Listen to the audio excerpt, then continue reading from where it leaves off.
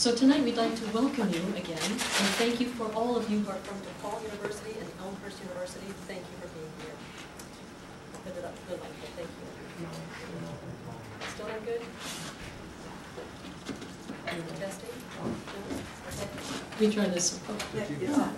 Okay, I have to stand back here. Yeah. Okay, thank you. So tonight, actually, we're going to know still?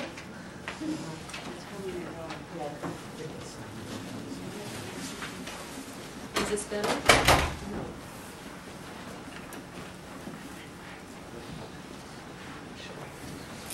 Testing? Let's try this. Okay, thank you. So again, I'm Rebecca Davis Mathias, and you're here at Doing Business in the Global Economy, Christian and Muslim Perspectives.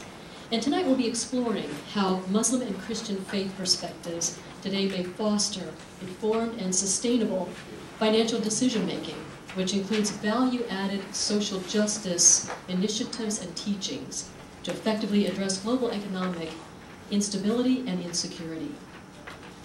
Our moderator for this evening actually is our Khalid Razaki, our professor of accounting here at the British School of Business. And Dr. Razaki will be introducing our two speakers this evening, and that would be Karen Hunt Ahmed and William George. You're invited after the You're invited after the presentation this evening. You're invited after the presentation this evening. I'm just going without the mic. Outside to the atrium, and there we will have a reception, and the reception will include a cake, and you'll find out more about that shortly. So I do want to turn this over now to Professor Khalid Razaki.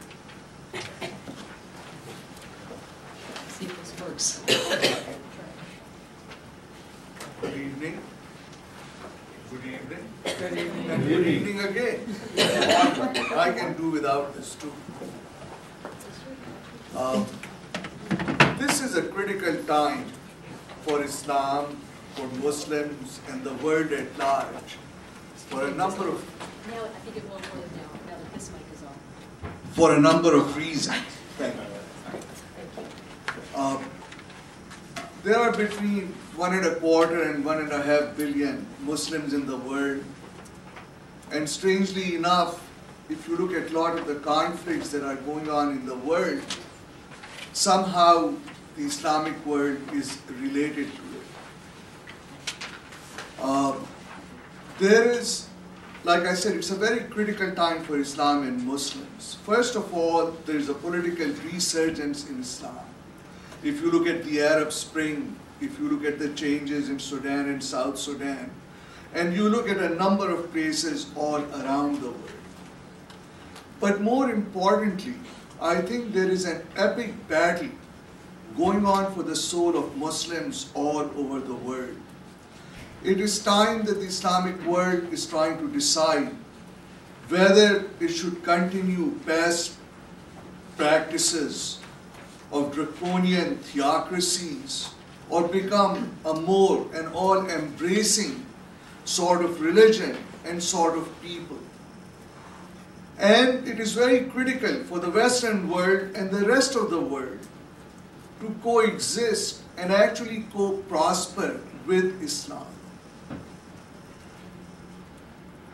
So today, the forum is an effort on the part of the Center for Global Peace through Commerce to help in understanding Muslims understand the rest of the world and the rest of the world understand Muslims. Because understanding is the first step towards reconciliation and acceptance. And like I said, co-empowerment and co-prosperity. So today we have two extremely distinguished speakers. On my left is Dr. Karen Hunt Ahmed.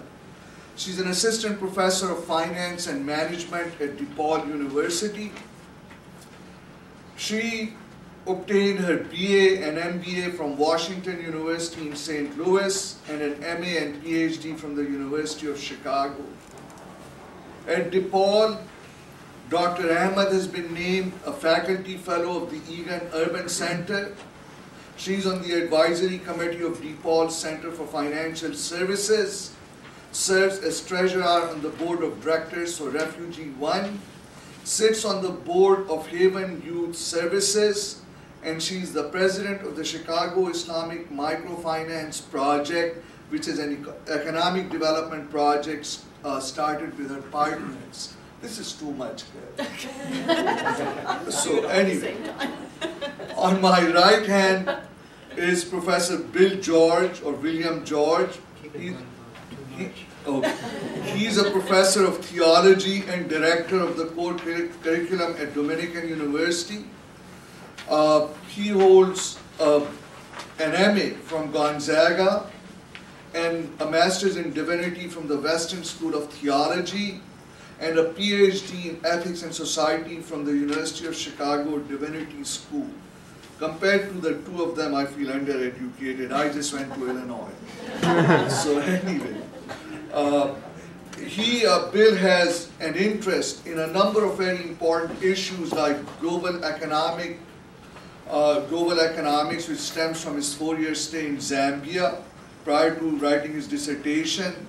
And he has published extensively in the areas of international law and global ethics, obligations to future generations, international regimes, the law of the sea, theological ethics, and Catholic higher education.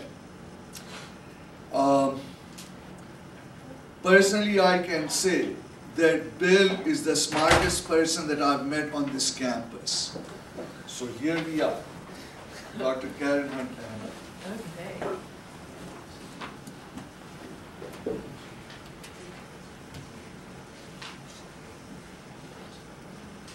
Okay.